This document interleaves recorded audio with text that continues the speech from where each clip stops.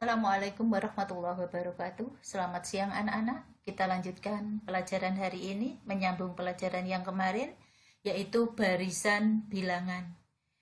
Barisan bilangan, kalau kalian ingin memahami, kita belajar dulu pengertian barisan bilangan. Nanti kita akan belajar pengertian barisan bilangan, pola barisan, suku, dan suku ke N. Nah sekarang, untuk memahami pengertian barisan bilangan, kalian perhatikan jajaran bilangan 2, 17, 12, 7, dan seterusnya. Kalau kita perhatikan, ini tidak mempunyai aturan. Tetapi, kalian perhatikan lagi, setelah jajaran bilangan ini, susunannya saya ganti menjadi 2, 7, 12, 17, dan seterusnya. Yang ini 2, 17, 12, 7. Yang ini 2, 7, 12, 17. Yang ini tidak mempunyai aturan, tetapi kalau yang ini sekarang mempunyai aturan. Nah, kita lihat aturannya apa. Ternyata ditambah dengan 5.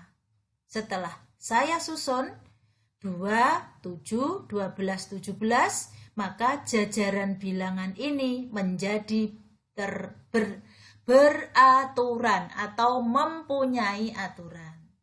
Jajaran bilangan yang mempunyai aturan kemarin kita sebut pola bilangan. Nah sekarang jajaran bilangan yang mempunyai pola tadi disebut barisan bilangan. Nah jadi barisan bilangan, jadi jajaran bilangan yang mempunyai aturan itu disebut barisan bilangan. Nah, sekarang dengan kata lain, anggota-anggota dari himpunan tersebut disusun atau diurutkan dengan aturan tertentu. Sehingga jajaran bilangan ini menjadi beraturan. Aturannya disebut rumus barisan. Nah, sekarang bilangan-bilangan ini 2, 7, 12, 17 itu disebut dengan suku. Suku ke-1 atau suku pertama, suku kedua, suku ketiga, suku keempat, dan seterusnya. Untuk lebih jelasnya, kita lihat contoh sekarang. Nah, sekarang dari himpunan-himpunan bilangan berikut, manakah yang merupakan barisan? Bagaimana caranya mengetahui? Kalau dia beraturan, berarti barisan. Kalau dia tidak beraturan atau tidak punya aturan, bukan barisan. Kita mulai dari jajaran bilangan yang pertama. 1, 3, 7, 12. Ditambah 2, ditambah 4, ditambah 5. Tidak beraturan. Maka ini bukan barisan. Sekarang kalau ini 20, 14, 82, dikurangi 6, dikurangi 6, dikurangi 6. Beraturan, berarti ini barisan. Dikalikan 3, dikalikan 3. Untuk yang C ini, 1, 3, 9, 27. Kalikan 3, berarti ini beraturan. Kalau yang ini tidak beraturan. Berarti mana yang barisan?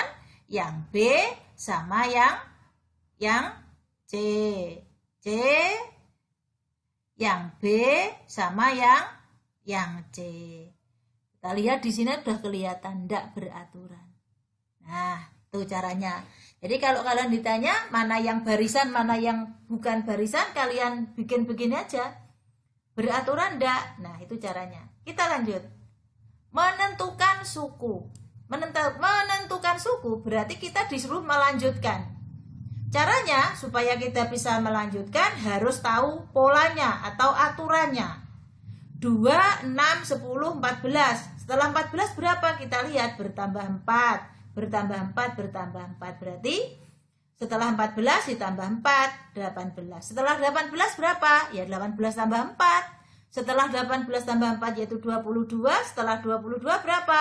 Ya 22 ditambah 4. Inilah yang dimaksud dengan menentukan suku yang belum diketahui.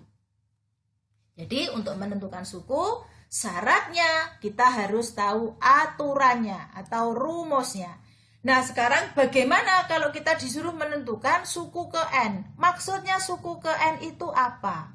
suku ke N. N-nya berapa? Ya nanti bisa diisi sembarang bilangan. Kalau yang diketahui suku pertama sampai suku keempat, kita disuruh misalnya mencari suku yang ke-10. Nah, kita kan harus tahu aturannya.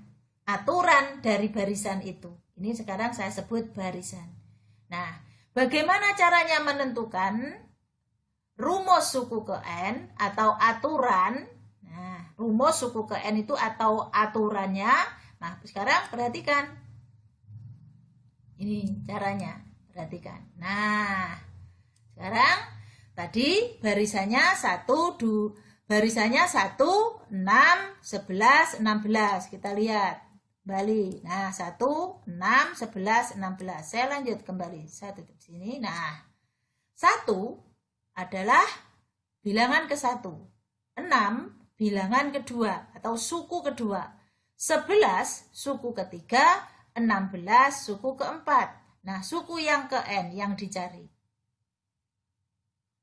Kalau suku pertama, ternyata 1 itu dari sini ke sini ditambah 5, ditambah 5. Maka kita akan ini menentukan, oh ternyata harus ada 5-nya. Nah, kalau ditambah 5 berarti positif 5 harus ada pada aturan itu. 5, jadi 1 ini bisa didapat dari 5 kali 1 dikurangi 4. 5 kali 1, 5. Dikurangi 4, 1. Nah kalau 6, 5 kali 2 dikurangi 4. Semua sama, dikurangi dengan 4. Kalau suku yang ketiga, 5 kali 3 dikurangi 4. Saya ulangi. Suku ke-1, 5 kali 1 dikurangi 4. Suku kedua, 5 kali 2 dikurangi 4. Suku ketiga, ini 11, 5 kali 3 dikurangi 4.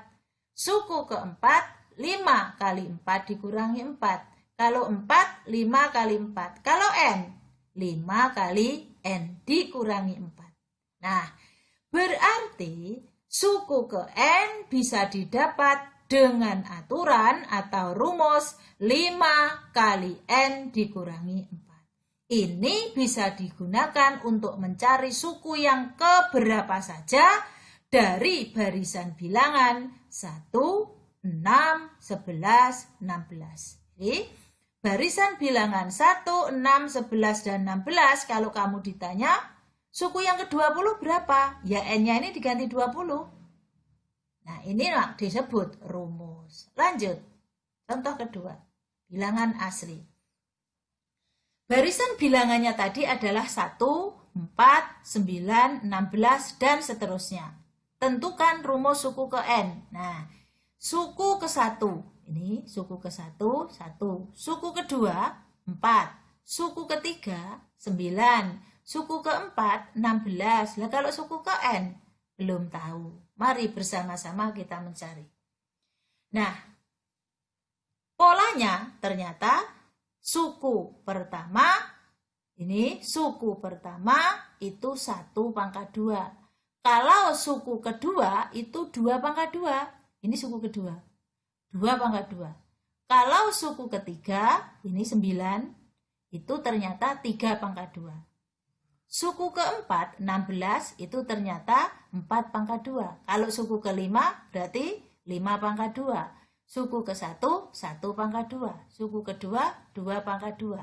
Nih, suku ketiga, 3 pangkat 2. Nah, sekarang, kalau suku ke N, berarti N pangkat 2. Maka, rumus suku ke N dari barisan bilangan ini adalah N pangkat 2. Lanjut. Barisan Fibonacci.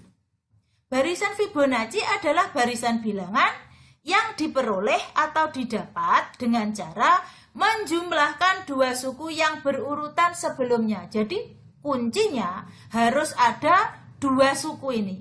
Baru kita bisa melanjutkan. Kalau kita disuruh menyusun barisan Fibonacci, kuncinya harus ada 2 suku, ada 2 bilangan. Misalnya di sini contohnya Tentukan barisan atau buatlah barisan Fibonacci dengan bilangan 2, 3. Maka 2, 3. Ini diperoleh dari 2 ditambah 3. Sama dengan 5. Kalau 8 berarti 3 ditambah 5.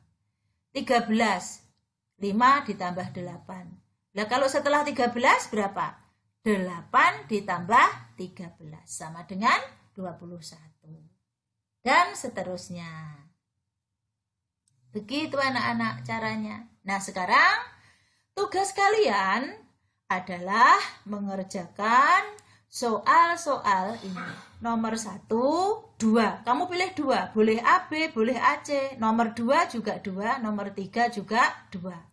Setelah itu dikerjakan, difoto, kemudian di-share ke link kelas masing-masing. Tuh caranya. Ditulis nama dan kelas. Harus ada nama dan kelas.